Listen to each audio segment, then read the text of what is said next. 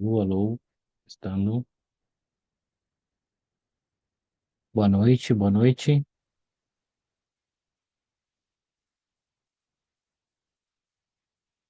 Olá, Mônica, como vai? Hola, hola, ¿cómo va? Tudo bem, tudo bem. Olá, Hola, Patrícia. buenas noches. Buenas No noches. escucho nada. Hola, Esperamos aqui. Patricia.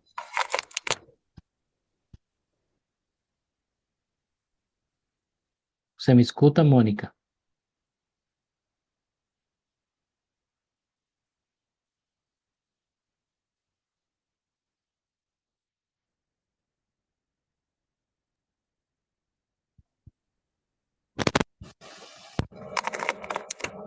¿Se escucha? No.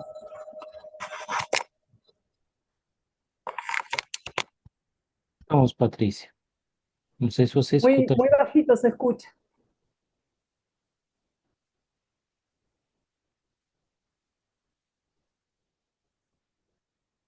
Agora o seu microfone está apagado, Patrícia.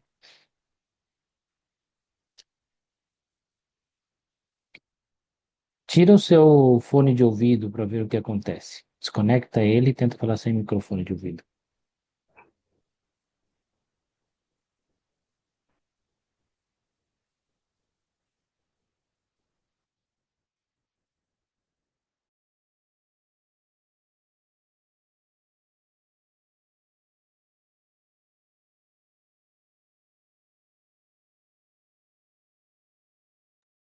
Não, não escutamos, Patrícia. Não escutamos. Pode ser algo relacionado ao fone de ouvido. Às vezes o computador não reconhece o fone de ouvido. Ele tem que autorizar, tem que apertar um botãozinho aí autorizando uma coisa e ele vai funcionar. Voy a buscar unos auriculares a ver si puedo escuchar Não, mejor. sim, não, Ah, ¿no? você está perfeito. Estou falando da Ahora sí, Patrícia. Sim, você, Mônica, está ahora escucho perfeito. bien. Agora a Patrícia parece que ela saiu, vai tentar entrar de novo. Tudo bem, Mônica? Como vai? Tudo bem. Tudo Está bom? muito quente Muito quente. Onde você por mora aqui. mesmo? ¿Cómo? Onde você mora mesmo?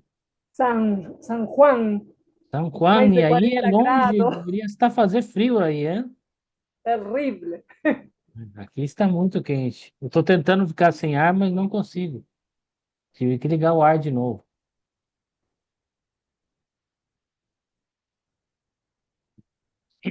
Vamos ver se chove. Aí choveu mês passado? No, no llueve, no, no llueve nunca por aqui. Não chove nunca. Não, muito quente, o ar muito seco, muito calor. E você mora em São Juan há quanto tempo? Faz 17 anos. Eu 17. morava em Buenos Aires. Uhum. Meu marido é nascido aqui. Uhum. Eh, vimos, não, viemos morar acá. Acá. Aham. Vamos É colocar. muito mais tranquilo que morar em Bom, Buenos Aires, mas o verão é insuportável. é insuportável. É, está ficando cada vez mais quente o mundo, né? Impressionante que São Juan está a que distância de Buenos Aires? Está como ¿A qué distancia está San Juan de Buenos Aires? 1061 kilómetros. 1000 kilómetros. Línea reta, Buenos Aires está para o oeste, eh, San Juan perto da cordilheira. Ah, e não é muito para baixo, então. Não, É, não, na mesma linha, ao sul está Mendoza. hum, tá certo. Pensei que era mais para baixo. Não, não, Entendi.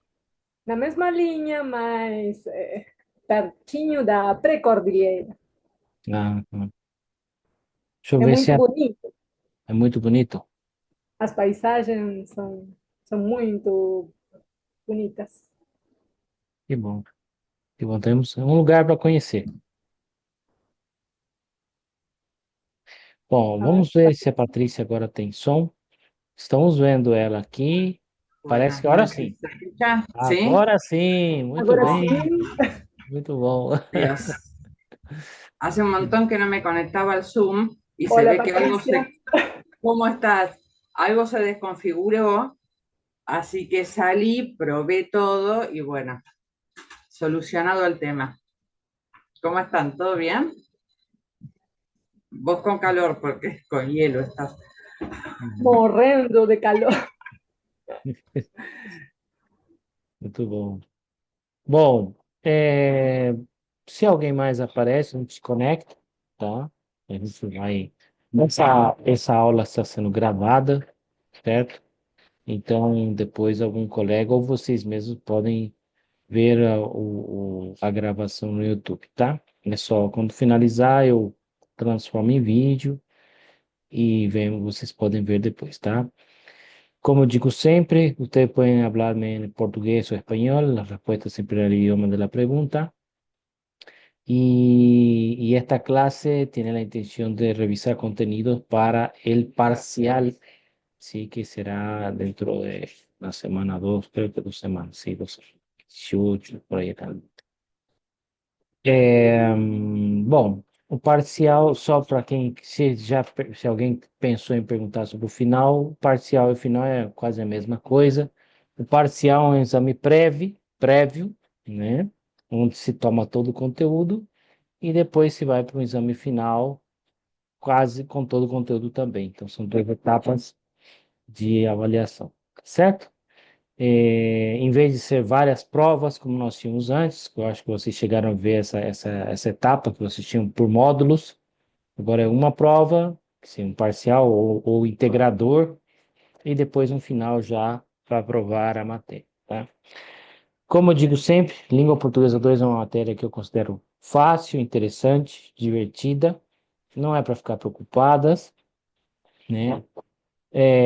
Dou matérias mais difíceis, vocês sabem disso. Então, a ideia é repassar, ver, né? A aula que nós veremos hoje é considerando os conteúdos que podem aparecer na prova, certo? Alguma pergunta antes de a gente começar com a aula diretamente? Sí, Não, una consulta. Hum. Eh, O sea, ¿cómo va a estar? Porque usted siempre nos enviaba un modelo como para más o menos tener una referencia. Eh, Más o menos como, o sea, tenemos que nosotros hacer textos o no, preguntas y respuestas. Não, não, vocês não terão que produzir nenhum texto, tá? Terão que reconhecer partes do texto ou entrar em um link e ver um texto completo dentro da internet. É isso, tá? Produção não, porque a gente sabe que o tempo é curto, então aqui é mais técnica, é vocês reconhecerem uma parte de um texto, um tipo de personagem, um tipo de algum detalhe do texto técnico ou do texto acadêmico, enfim. Agora são detalhes, provar o conteúdo, certo? Porque a produção é algo que implica tempo, né? E cada um tem um tempo para produzir. Uns produzem rápido, outros produzem lento, outros produzem bem, outros produzem, né? Cada um, eu demoro muito para produzir alguma coisa, então a gente tem consciência disso, tá? Nada de produzir, só interpretação e aplicar os conhecimentos, recorrer aos materiais, enfim, como você já tem vivido nesses últimos 2 ou 3 anos que estão no curso, né? Essa é uma matéria de segundo ano, mas às vezes não dá para fazer no segundo, fica para o terceiro, enfim. Respondi a sua pergunta, Patrícia, era isso? Tá. Mônica, quer perguntar alguma coisa? não, não, nenhum. Tudo bem. Então vamos para a nossa aula, então, uma aula de revisão. Deixa eu voltar lá desde o começo. Tá. Deixa eu aqui compartilhar. Onde está? Aqui, aqui está. Vamos. Onde está? Onde está? Aqui.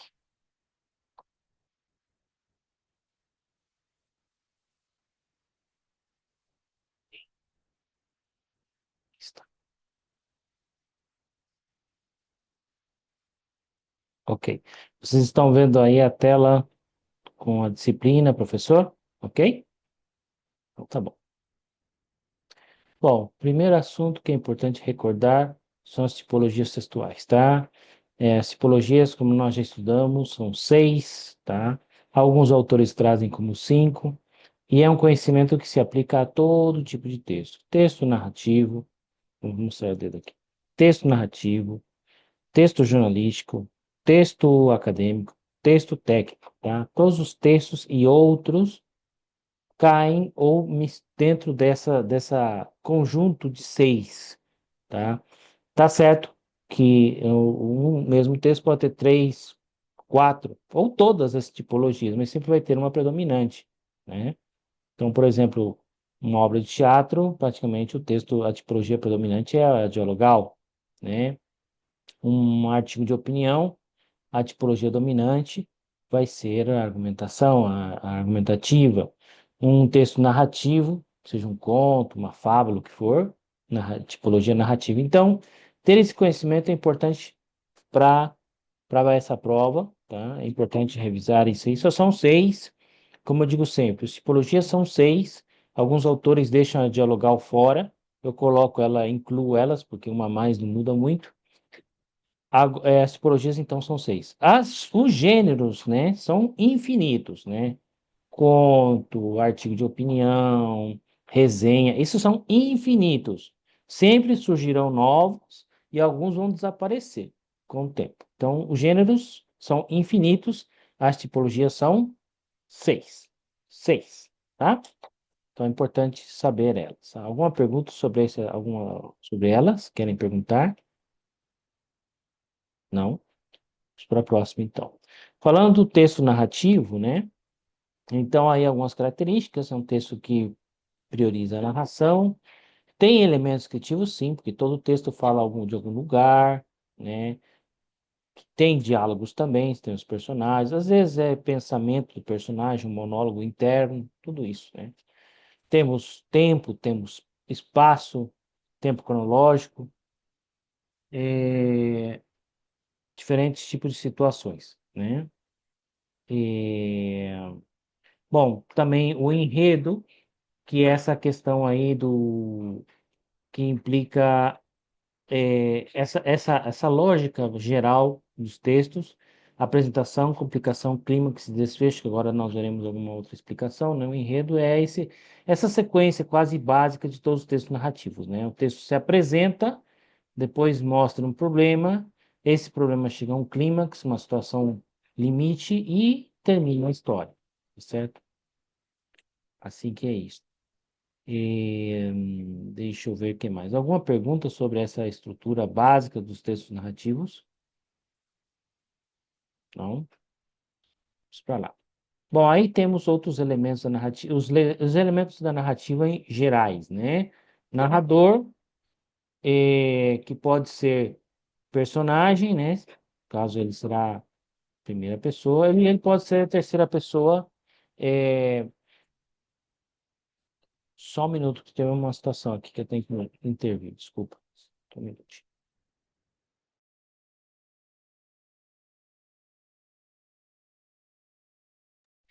Ok. Bom,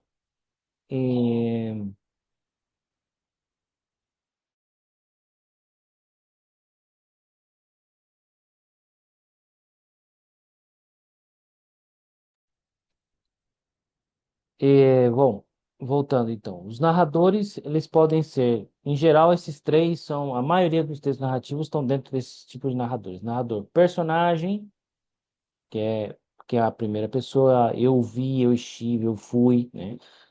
Narrador observador ou onisciente, que ambos casos são de terceira pessoa, né? Aquele narrador ou narrador que observa, né? Ele está longe, ele está às vezes dentro da história, mas, né? E o onisciente é aquele que sabe todas as coisas, inclusive o que os personagens pensam. O foco, né, pode ser de primeira pessoa, segunda pessoa, terceira pessoa, né? No caso da segunda pessoa é alternada, quando você tem nesses textos esses diálogos do autor, tá certo? Ou melhor dizendo, do narrador, né? com o leitor.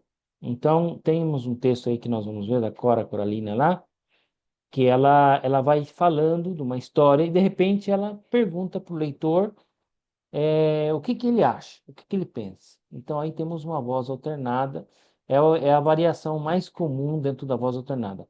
Da terceira para a segunda, ou, como por exemplo, temos Dom Casmurro, que é uma primeira pessoa, ele vai falando a história dele, né? De repente ele pergunta para o leitor o que que ele acha, tá?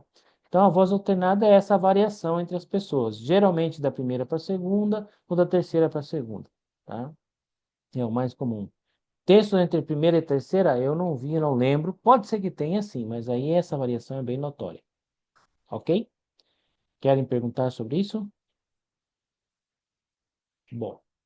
Ações abertas ou fechadas são aquelas histórias que terminam, fecha o ciclo, completa a ideia, o clímax fecha perfeito, ou termina aberta a história, né? A história, por exemplo, As Formigas de Ligia Teles, né? Onde as meninas estão em um lugar onde as formigas vão montando um esqueleto, fica aberta a história. Elas fogem do lugar, né? E a gente não sabe a gente só sabe que elas fugiram. Depois, se elas conversaram, voltaram na casa, enfim, a gente não sabe, né? Geralmente as histórias terminam, tem um fim, tem ações fechadas, geralmente. As ações abertas geralmente dão a ideia a que continuará num próximo conto, numa próxima no próximo episódio, né? Enfim. Personagens. As personagens podem ser redondas, cheias, como alguns autores trazem. São os personagens que pensam, que sentem, que falam, que argumentam. São pessoas normais, né? Ou planas, ou seja, como se fosse uma imagem, como um figurante, tá? É uma pessoa que faz aquilo, ela passa, né? E a multidão disse, ou a multidão, ou tinha um jovem careca que acenou para mim, né? Então, são aqueles personagens, vamos dizer assim, secundários, né? Os planos geralmente são secundários. Os redondos podem ser protagonistas ou antagonistas, tá certo? Porque eles, você vê que eles têm eles têm consciência, eles têm uma personalidade, tá? E também os antagonistas e os protagonistas, né? Principalmente o protagonista é um personagem principal. Sem ele, a trama não existe. O espaço, ele pode ser geográfico, por exemplo, quando você tem um texto que fala que aconteceu algo em Londres, em Buenos Aires, em Brasília, onde for, é um lugar geográfico, real, tá? Psicológico é aquilo que acontece na mente da pessoa, tá? Esse é um lugar fictício, não existe esse lugar. E geofictício é um lugar inventado, tá? Eu sempre uso a ideia da série agora, que está com o nome do Gabriel Garcia Marques, Macondo. É um lugar que não existe, mas poderia existir, tá certo? Poderia existir. Bom? Perdón. Sim, Patrícia. En el psicológico, o sea, el autor ni siquiera nombra, estamos acá, pero ni siquiera nombra ni una ciudad, ni dónde está, nada. Ese sería el psicológico.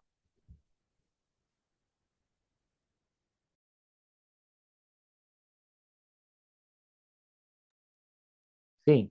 É um lugar que nós não podemos identificar. Não tem nome, tá?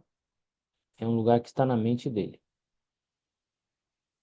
Como tem filmes, agora eu não lembro alguma história para contar. É, sim, por exemplo, Memórias Póstumas de Brás Cubas, né? Não sei se leram esse livro. Ele começa a falar do céu, da travessia no céu, né? Importante destacar, ele vai passando por vários lugares e você sabe que não é nenhum lugar, porque tudo acontece na mente dele, tá certo? Agora, é importante destacar que uma mesma narrativa pode ter diferentes lugares, tá? Por exemplo, o livro O Alquimista, que eu uso muito nos nossos trabalhos, às vezes até nas provas, você vê que é um deserto, às vezes são as pirâmides, são diferentes lugares. Então, só o tipo de lugar que a gente está configurando aqui, certo? Pode, inclusive, uma narrativa que tem um lugar geográfico real, em um determinado momento, ser psicológico, quando ele viaja nas memórias deles, né? O personagem viaja nas memórias, tá bom? que nós estamos falando aqui são espaços e os tipos de espaço que temos. Não são muitos, são três. É o tempo linear cronológico, quando as coisas acontecem na ordem como natural, ou não linear, aqui seria psicológico, tá mal escrito, psicológico, esse tempo que vai e vem, né? Que você vai vendo.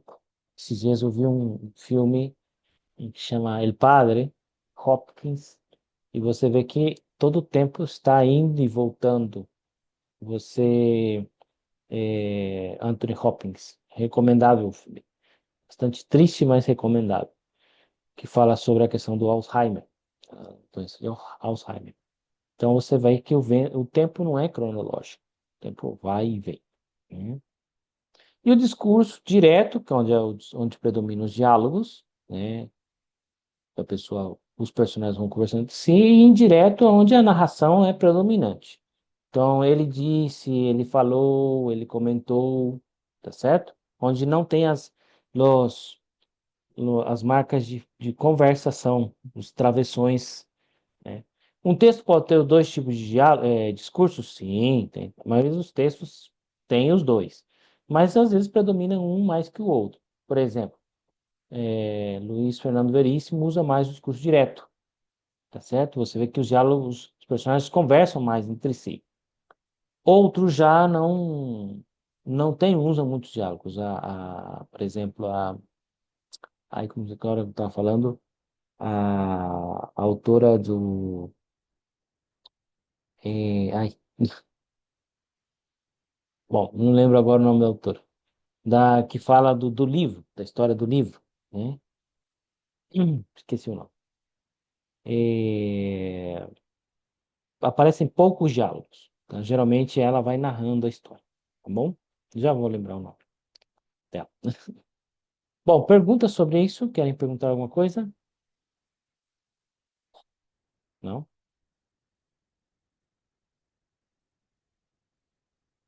Bom, aí temos a estrutura dos textos narrativos, apresentação, complicação, clímax e desfecho, tá?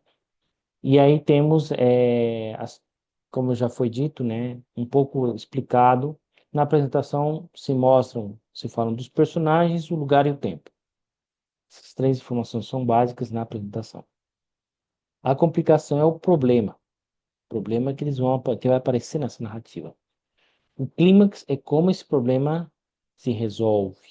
E o desfecho é o fim da história, certo? Que pode terminar numa ação aberta ou fechada, tá bom? Bom, querem comentar alguma dessas partes dentro do conto As Formigas Ligia-Teles, aquele que o anão vai se montando assim? Vocês lembram? Vocês puderam ler? Porque a gente passa tanta coisa para vocês lerem, a gente não sabe se vocês puderam ler ou não.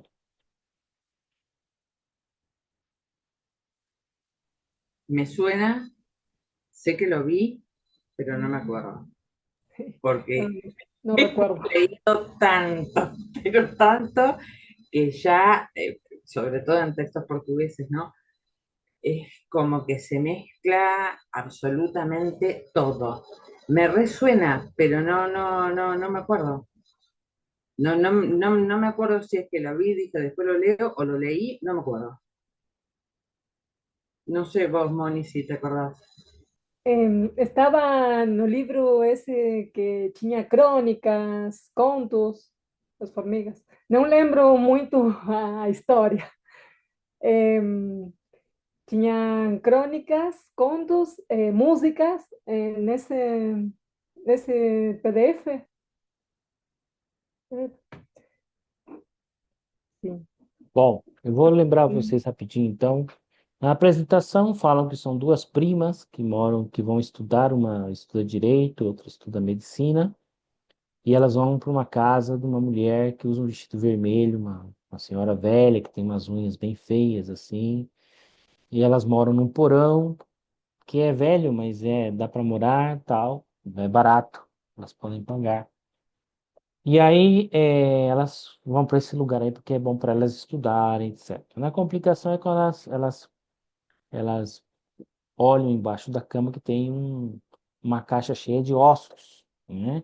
E são ossos de uma pessoa pequena, um anão, né? São ossos pequenos. O clímax acontece quando elas, um certo dia, elas começam a perceber que tem umas formigas que entram no momento da noite, lá quando elas estão dormindo e tal, e começam a montar esse esqueleto, né? Então elas ficam numa situação muito estranha, né? Uma coisa, as formigas montarem um esqueleto não é algo comum, né?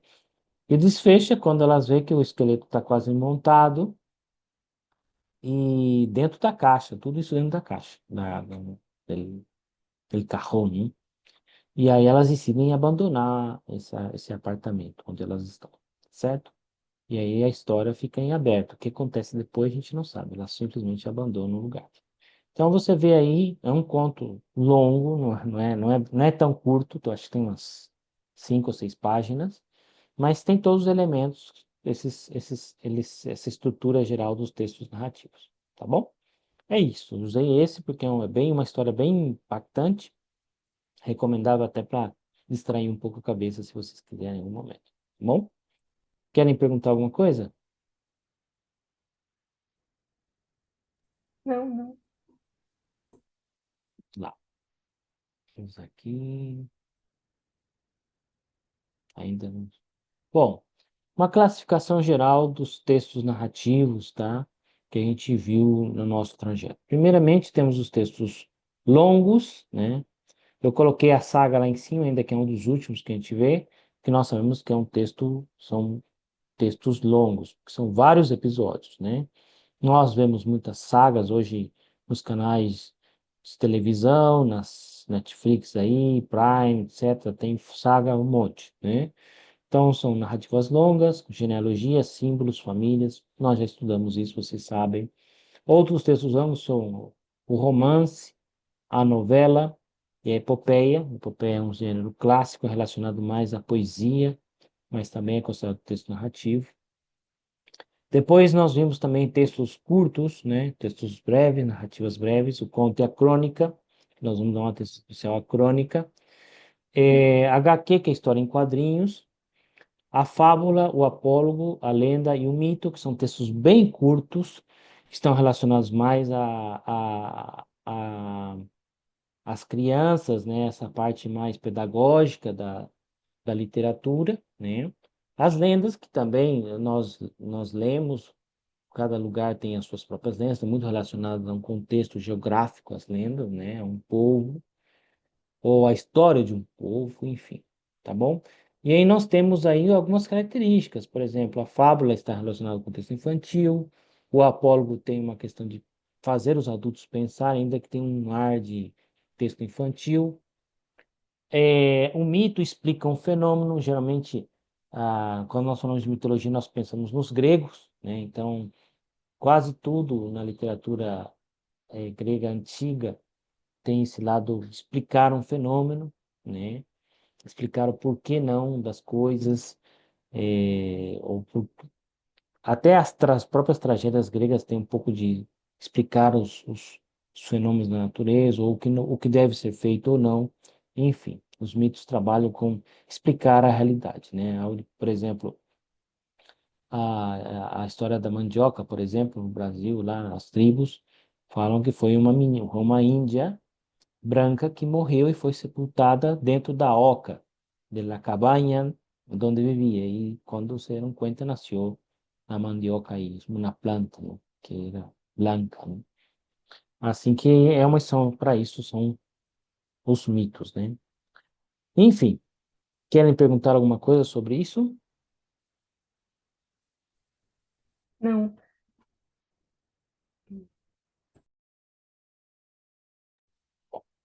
Avançando, então, dentro das características, aí nós temos um conto, que é a Conclusões de Aninha, de Ana Carolina, né, que tem essa questão da foco alternado, né? Da terceira para a segunda, no termo momento, ela fala que, bom, não está, aqui tem no final da pergunta, qual dos dois ajudou mais? Né? É uma pergunta que o, o narrador faz ao leitor, né? Então, esse é um conto. tem todas as estruturas, você vê que tem personagem, tem tempo, tem lugar, né? Esperava o carro, e tudo como tem que ser um texto narrativo, ainda que é breve. E o circuito fechado é uma crônica. E como crônica, justamente se caracteriza por não ter tudo que é do texto narrativo, tá? É interessante se vocês lerem essa crônica, circuito fechado, vocês perceberão uma concatenação de ações. Veja bem. Chinelos, vaso, descarga. Pia, sabonete, água, escova, creme dental, água, espuma, creme de barbear, pincel, espuma, gilete, água. E aí vocês vão lendo cada um desses substantivos, não tem nenhum verbo, só substantivos, e você vê que existe uma sequência de ações determinada pelos tipos de objetos que essa pessoa, que supostamente é um homem, que vemos aqui creme de barbear, né, vai usando durante o seu dia, tá? E termina o dia ele voltando a fazer tudo isso, terminando o dia colocando chinelos no pé, certo? Então, por isso chama circuito fechado. Esse texto é uma crônica, tá? Porque nós, nesse texto, nós não sabemos bem quem é o personagem, provavelmente o personagem plano, porque não pensa, ele só faz uma sequência de ações, né? Ainda que ele é o protagonista. Nós não sabemos, imaginamos que os lugares são um apartamento e um lugar de trabalho, tá certo? O tempo é cronológico, porque essas coisas vão seguindo uma ordem progressiva, não tem ida e volta, né? Ainda que é um circuito fechado, volta, mas a gente sabe que não é que ele está voltando o tempo, é um circuito que vai e se repete infinitamente. E aí vai, que mais? Que podemos dizer? A ação é fechada ou aberta, podemos dizer, porque se repete, né? Vamos dizer, é fechado, é um circuito fechado. Enfim, é uma crônica, tá? As crônicas são um tipo de texto na literatura brasileira, que também tem na literatura argentina, agora não me vem nenhuma memória, mas eu sei que tem, que são textos que justamente se caracterizam pela ausência de elementos. São textos que já começam pela metade e terminam de algum jeito, tá bom? E um dos principais cronistas que eu uso é Luiz Fernando Veríssimo. Quase todos os textos dele são crônicas, são textos muito curtos, tem uma história que não explica onde surgiu o personagem, quem é o personagem, mas conta só um fragmento da vida desse personagem em uma determinada ocasião, tá? É um texto bastante breve, ok? Sim, Patrícia, pode perguntar. No, justo nosotros, bueno, tuvimos que hacer un trabajo final de traducción literaria y justamente yo elegí crónicas de Marta Madeiro, porque me encantan las crónicas. Es un género que me apasiona mucho. Y es bastante distinto a este tipo de crónicas, ¿no? Eh, por ejemplo, yo tuve que traducir tres traduje por un tema de cantidad de palabras, ¿no? Y bueno, es bastante distinto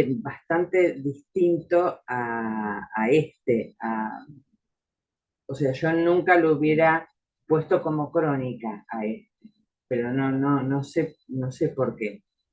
Uno como que está acostumbrado en una crónica a, es un tema específico, entonces se cuenta donde obviamente no hay personajes, pero bueno, es una historia, pero es bien distinto, bien diferente a este. Yo por ejemplo, de Ricardo Ramos, nunca se me hubiera ocurrido que era una crónica. Ahora, pensándolo como usted lo está diciendo, sí, tiene razón.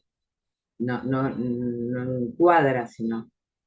Pero a veces son tan sutiles, ¿no?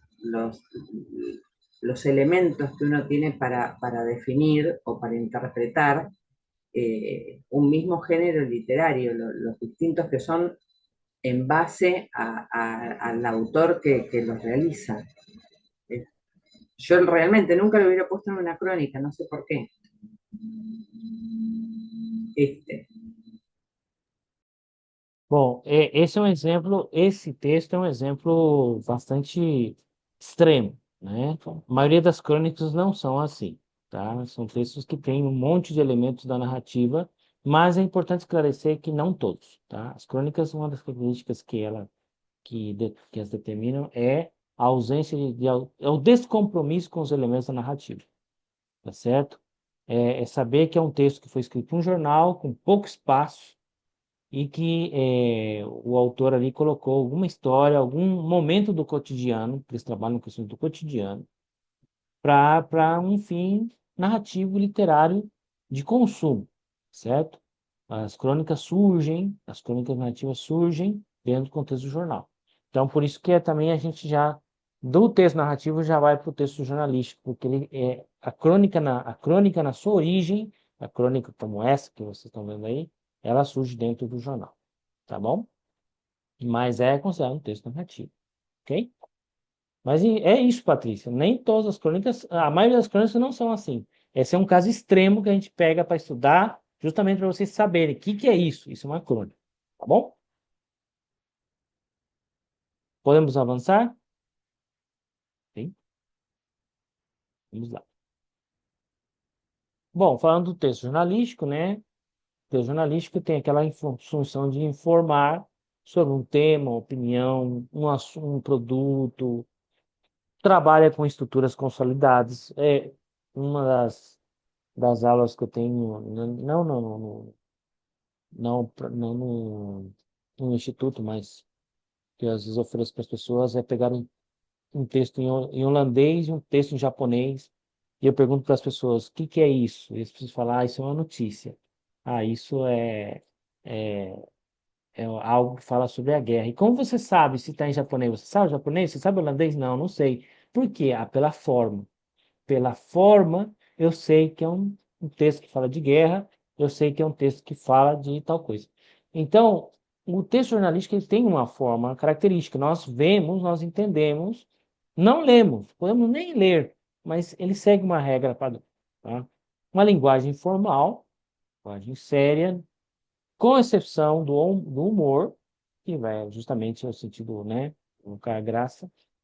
Ele se relaciona tanto aos meios impressos, físicos, o papel, com os meios digitais, que hoje em dia praticamente é o meio de maior consumo do texto jornalístico, tá?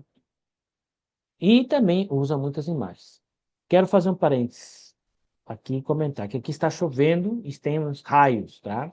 Se cortar a gravação, vocês desculpem, e aí a gente vê como faz, tá bom? Continuando então, né?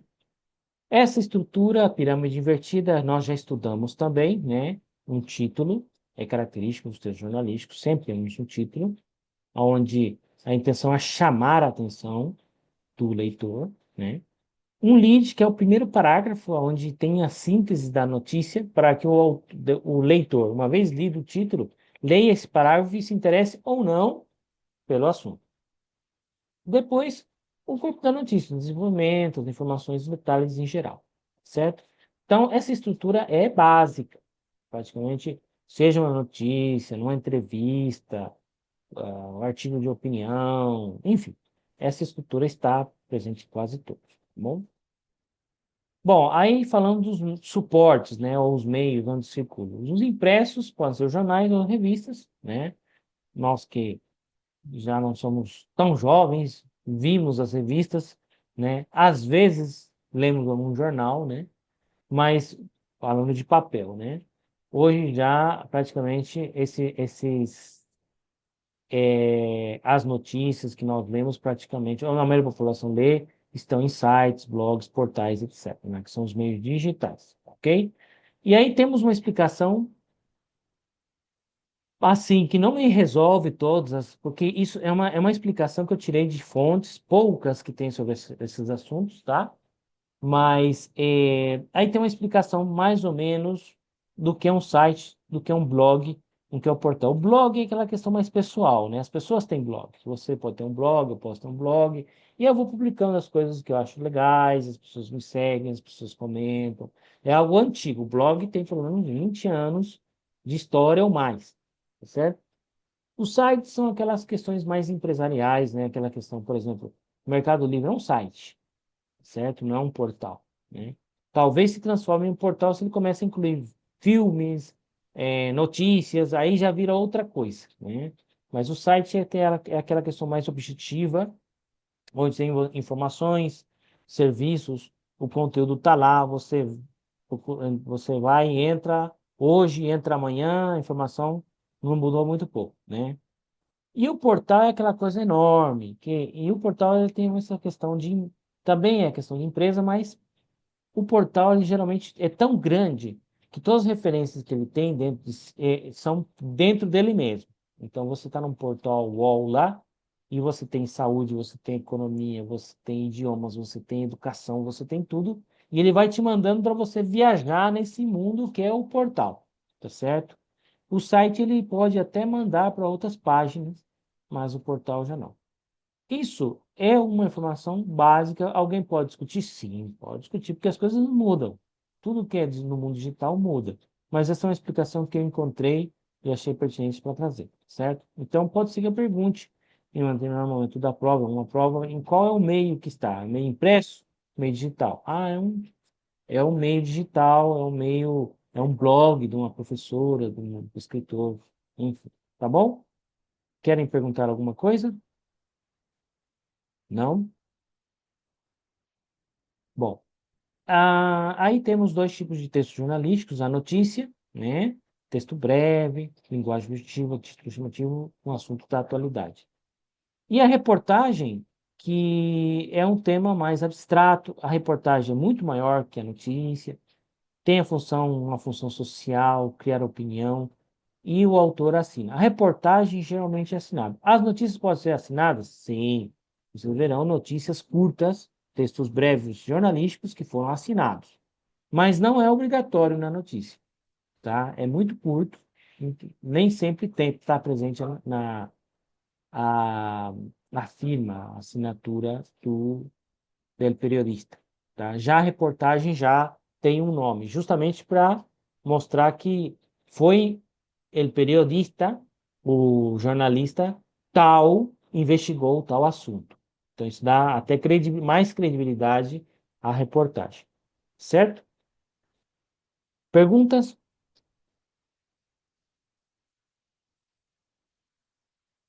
Aí eu coloquei uma notícia do Corinthians vence o Boca Juniors e reportagem crianças aprendem seus direitos e ajudam seus pais. E aí você vê que tem a assinatura da Janete Monteiro, certo? Muito bem. Aí temos a entrevista, vou fazer um clique já para adiantar aqui. Opinião de um especialista, uma pessoa que sabe do que vai se tratar, né? A linguagem formal ou informal, né? Dependendo de quem se entrevista, né? São artistas e demais informal. E o editorial é aquela nota onde o jornal fala sobre um determinado assunto, tá certo? Então não tem firma, não aparece o nome de ninguém, mas é o jornal falando, é o Clarim falando, é o País falando, é a Globo falando, tá? A Veja falando, enfim. Os editoriais são mais comuns nas revistas que nos jornais, mas nos jornais também aparece. O importante é esclarecer que você nunca vai achar um autor de um editorial. Se alguém perguntar a vocês quem é o autor desse editorial, é uma pegadinha. Es una trampa. Los editoriales no tienen autor. Quien habla es el diario, el noticiero, etc. ¿Ok? Podemos avançar? Bom, os artigos de opiniões estão dentro dos textos jornalísticos, tá certo? E eles são um gênero textual que tem a opinião de uma pessoa, geralmente um jornalista, né? Ou alguém autorizado, um colunista, que vai falar e usa uma linguagem argumentativa, tá? Temas polêmicos, temas chatos, temas aburridos, nadie quiere ler, você busca um tema interessante, tá? Bom, como texto argumentativo, ele tem uma estrutura, né? Ele tem uma apresentação, tem uma introdução, depois ele começa os argumentos, os contra-argumentos, que são os argumentos que alguém pode pensar enquanto ele apresenta os argumentos dele, e uma conclusão onde ele defende uma opinião, tá? O artigo de opinião é isso, é uma opinião, é um texto jornalístico que tem uma opinião, uma pessoa autorizada ou famosa, ou que pode falar sobre um determinado assunto, ok?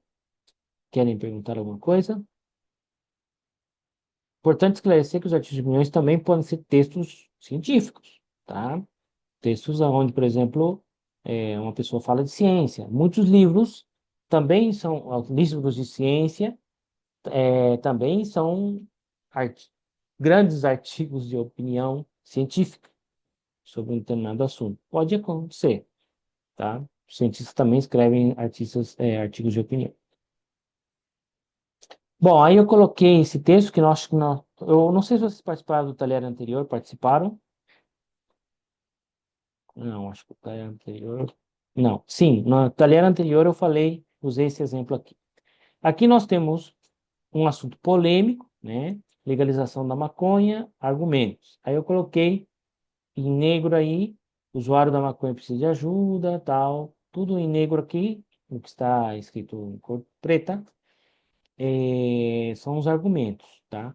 O que está em vermelho seriam os contra-argumentos, que ele imaginou na hora de escrever esse texto e colocou lá como para já refutá-los, né? A droga pode provocar consequências negativas para o organismo, etc. Causar consequências no âmbito social, tais como o aumento da criminalidade, etc. Então veja que o que está em vermelho são contra-argumentos. E no artigo de opinião, bom, geralmente aparece um ou dois contra-argumentos, tá certo? Que é o narrador, o autor do artigo de opinião, dizendo, porque não temos um narrador, o autor imagina e já os refuta no próprio texto argumentativo, caso o artigo de opinião. Ok? Perguntas? Bom, outro texto que aparece brevemente, mas pode aparecer na prova, é o texto publicitário, o texto que tem a intenção de vender alguma coisa, tá? Ele é apelativo, ele é argumentativo, ele apela para que o autor, alguém consuma um produto. Uma linguagem mais informal, ainda que esteja dentro dos textos jornalísticos. É massivo, como todos os textos jornalísticos, né? Tem muita intertextualidade, porque esse jogo de sentido é importante para o texto. A marca da empresa, que quer se vender, logicamente. E imagens e verbos no imperativo. Compre, faça, escolha, etc. Tá? Aqui eu coloquei dois casos, um dos Havaianas, né, onde aparece uma obra chamada O Abapuru, da Tarsila do Amaral, onde ele fala assim, Havaianas, todo mundo usa esse tipo de imitações. E aí coloca essa pintura, que é o personagem que aparece nela não usa Havaianas, logicamente não existia Havaianas, né? Mas aqui ele coloca uma Havaianas no pé do Abapuru, certo? E aqui coloca um cachorrinho que ele vai buscar um chinelo do dono e aí já convida também das Havaianas, né, a comprar Havaianas nesse lugar aí, né, Havaianas Beckman Shopping, Florianópolis, tá certo? Então veja aí que tem uma imagem, tem uma linguagem, tem uma marca da empresa, tudo isso que eu falei antes, ok? Querem perguntar alguma coisa? Importante esclarecer que os textos jornalísticos, todos, quase todos eles, salvo o editorial, que eu agora não falo, mas a maioria deles usam as imagens, usam os textos, as fontes, as letras, trabalham muito com essa questão visual, além do texto em si, tá bom? Bom, texto acadêmico. Texto acadêmico é aquele texto que tem a função de formar academicamente os seus leitores ou difundir ciência, certo? Eles são produzidos dentro de âmbitos de ciências sociais, biológicas, etc., né? Uma estrutura padronizada, também, uma linguagem formal, ele promovem, revelam pesquisas, tem muita institucionalidade, tem uma marca de uma instituição, certo? Uma faculdade, um centro de pesquisa, um laboratório, etc. Intertextualidade também, porque como se dá intertextualidade no texto acadêmico? Ao citar as fontes, ao citar os autores. Então, aí a intertextualidade se realiza, tá? E as citações, que são as referências que dão credibilidade ao texto, tá certo? Bom, aí eu coloquei nessa diapositiva aí os tipos de textos acadêmicos e as estruturas que os conformam, tá? Os tipos são o ensaio, né, que é um dos textos. É importante esclarecer que os textos acadêmicos, geralmente, eles têm uma extensão de 5, 6 páginas ou mais, tá certo? Então, É importante esclarecer que o ensaio é considerado um texto acadêmico breve, tá certo? Mas ele é um texto que tem esse caráter acadêmico, né? O resumo, que é um texto que ele geralmente representa um terço do texto original, tá? Falamos disso. A síntese, que é o resumo do resumo, tá certo? E aí temos as monografias, a dissertação e a tese, que correspondem aos TCCs, texto e conclusão de curso, tá? Monografia de graduação, que a gente faz às vezes uma matéria ou outra, ou nas matérias finais da nossa formação acadêmica. A dissertação a gente faz no mestrado e a tese a gente faz no doutorado, certo? Importante dizer que a dissertação, uma das características da dissertação é a presença de pesquisa, relatórios, dados, tá certo? E a tese é da novidade. O artigo científico e a resenha crítica, no caso, aparece muito com relação aos livros, ou de uma análise de um texto acadêmico, enfim, a resenha crítica é a análise de um outro texto acadêmico, ou de um texto literário, enfim, tá? E as estruturas, bom, que vocês já conhecem por estarem estudando. Tapa, contracapa, dedicatória, índice, agradecimentos. O resumo, que é o abstract, que a gente vai ver agora um em seguida, que é esse texto que tem 500 palavras, 300 palavras, 400 palavras, isso depende de onde vai ser publicado. Então, o abstract sempre vem quando você vai participar de um lugar, você vai dar uma barra. Quando uno vai ser uma ponência, ou vai participar de um simpósio, uma jornada, o que seja, eles te pedem um abstract, que tem que ter tantas palavras, né? A introdução, justificativo o porquê dessa investigação, desenvolvimento da investigação em si mesma, conclusão, referências bibliográficas, glossário e anexos são glossário é essa parte que explica os termos, e os anexos são outros textos que correspondem ao texto acadêmico em si. Perguntas?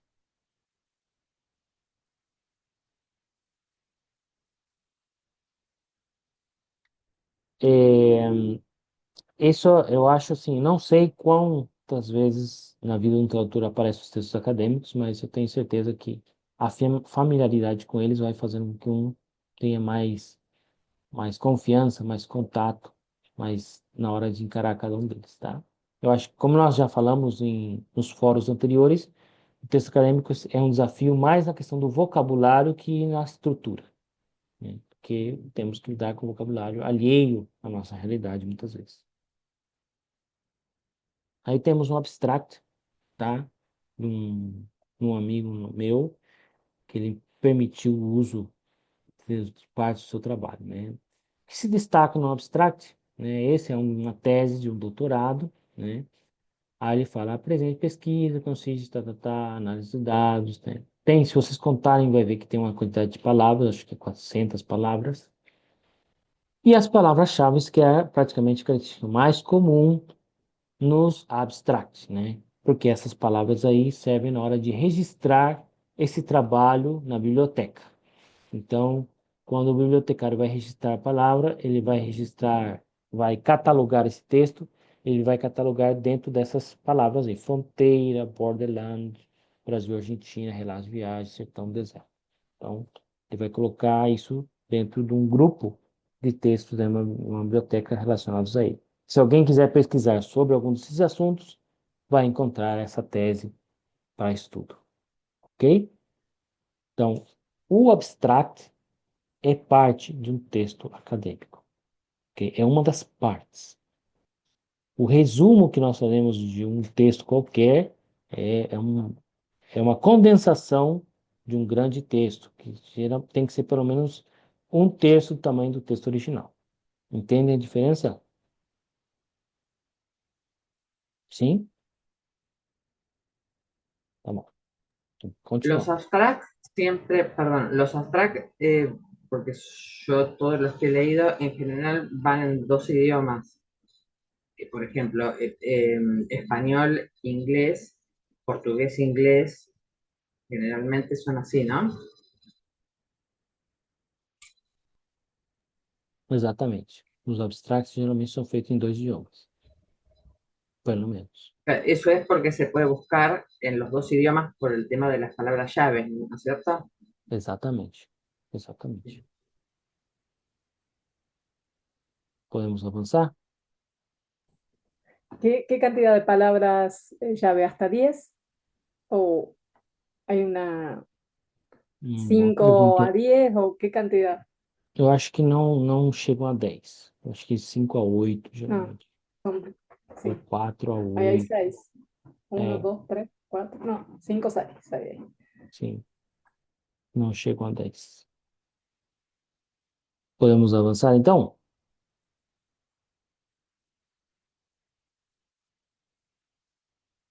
Aí, uma diapositiva comparando os textos, tá certo? O texto jornalístico com o texto científico, né? O texto jornalístico, além de informar, busca convencer, né?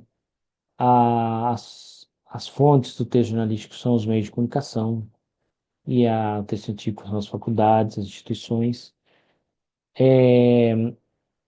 O público a linguagem em ambos é formal, é direta, tá? Podemos falar do público, por exemplo, o público do texto jornalístico é massivo, enquanto o do texto científico é restrito, ok? As marcas do texto jornalístico são umas características gramaticais, é o passado, também o presente pode aparecer, mas geralmente é o passado, tudo, quem sabe, né, alguns textos que falam do futuro, que vai uma nova vacina, uma nova invento que vai fazer. Textos científicos buscam muito articular as ideias, então os conectores são importantes, as palavras, os substantivos abstratos também. Os textos jornalísticos costumam ter imagens, títulos, letras, um monte de coisa que nós já falamos. E os textos científicos é mais encabeçados, títulos, subtítulos, nota de rodapé, citações, outro tipo de formato, facilmente reconhecido, tá? Qualquer pessoa que tem uma formação assim, ela consegue destacar um texto de outro, né? Talvez não reconheça tão fácil um texto acadêmico, mas um texto jornalístico é mais fácil de reconhecer, certo? Bom, a intertextualidade, temos aí essa questão do, da Mônica e a Mona Lisa, né? E aí eu coloquei também uma capa de jornal, onde nós temos aí o cantor Leonardo, é, é preso entre balas e beijos, né? E ele tem uma música Entre Tapas e Beijos, não sei se vocês conhecem, mas esse cantor é bem, não vou falar muito porque esse vídeo está sendo gravado, né? Mas enfim, aí fazem uma paródia de uma letra das suas músicas, tá certo? Então é isso aí. Isso aí temos a intertextualidade depende muito do nível de conhecimento da língua, né, que você tem, do texto. Quanto mais conhecimento da cultura, mais intertextualidade você vai descobrir no texto, certo? Ok. Querem perguntar alguma coisa? Para finalizar, o texto técnico, né? O texto técnico é a última instância da nossa matéria. São textos de uso prático, são textos simples, são textos diretos, são textos breves, são destinados a um público restrito, quem consome determinado produto, né? São textos bem com poucos detalhes, com uma linguagem bem objetiva, bem direta, impessoalidade, tá? Não tem marca de quem escreveu esse texto, uma temática bem específica, tá? Os tipos de textos técnicos mais comuns são o remédio, a bula de remédio, que vocês falam no espanhol, prospecto, está bem? Prospecto, sim? Nós em português falamos bula, tá? A receita de cozinha, tá? O manual do jogo de mesa, foi o mesa, tabuleiro. Manual de instruções, todos nós temos algum eletrodoméstico em casa, né, com manual de instruções. E as patentes ou desenhos industriais, são esses textos que estão relacionados àquilo que é registrado no Instituto Nacional de Propriedade Intelectual. São textos que às vezes são traduzidos porque a patente tem um caráter regional local. Então, um produto registrado aqui tem que ser registrado no país para ser comercializado lá também, tá? Outro detalhe dos textos técnicos é a forma, né? No caso aí, nós vemos aí do paracetamol, essa forma é básica. Temos aí como se apresenta o produto, a quantidade, a idade, a composição, né? O que que vem, para que que serve, a posologia, contraindicações, efeitos colaterais, tudo. Tudo que nós sabemos que nós buscamos 10 bulas, 10 prospectos y vamos a ver que la forma es igual siempre. ¿Sí? Da mesma forma, as receitas de cozinha vêm geralmente no início, né? Elementos para você, os ingredientes, tá lá em cima, um parágrafo básico, né? Hoje vamos aprender como faz a feijoada. Você vai precisar disso, ingredientes, feijão, carne, tal. Ele descreve as quantidades também.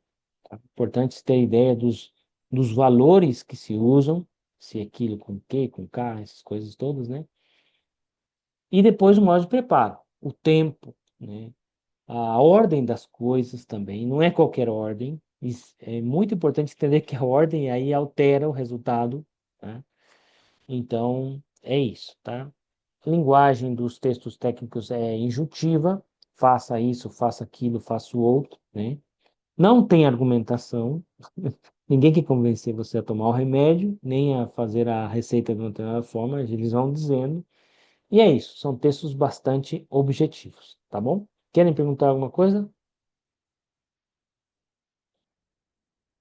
Bom, a prova, eu já falei na aula no taller anterior, né? Como disse, como vocês perguntaram no início, né? É uma pergunta, é um encabeçado aí, tem leia o texto narrativo abaixo e identifica as seguintes características: gênero textual, né? O que é um conto, uma crônica, o que for, tipo de narrador personagens, que tipo de espaço e tempo e ação temos, marcas gramaticais, etc. Texto jornalístico, reconhece as principais características: gênero textual, se é uma notícia, uma entrevista, etc. Argumentos, já vemos aqui é um artigo argumentativo, é um texto argumentativo, então provavelmente é um artigo de opinião. E a estrutura interna é o argumento, o contra-argumento, o lead, que vai estar no início, ou a introdução, enfim. Tá? Aí começa, esse é o título do texto. As redes sociais são a próxima fronteira da ciência. Então, é um artigo de opinião. Já pelo título, eu já vejo que é um artigo de opinião. Tá? Ok? E muito importante, como todas as provas, leiam com atenção e se tem alguma dúvida, perguntem no chat, tá? O chat está aberto para vocês perguntarem, tá? Para mim ou para a professora que estará atenta no dia da prova. Como vocês sabem, eu sempre estou. Se vocês perguntam e eu não respondo, é porque eu estou respondendo a dúvida de outro colega. Não se desespere, tá bom? Mas eu estarei conectado, ok? Querem perguntar alguma coisa?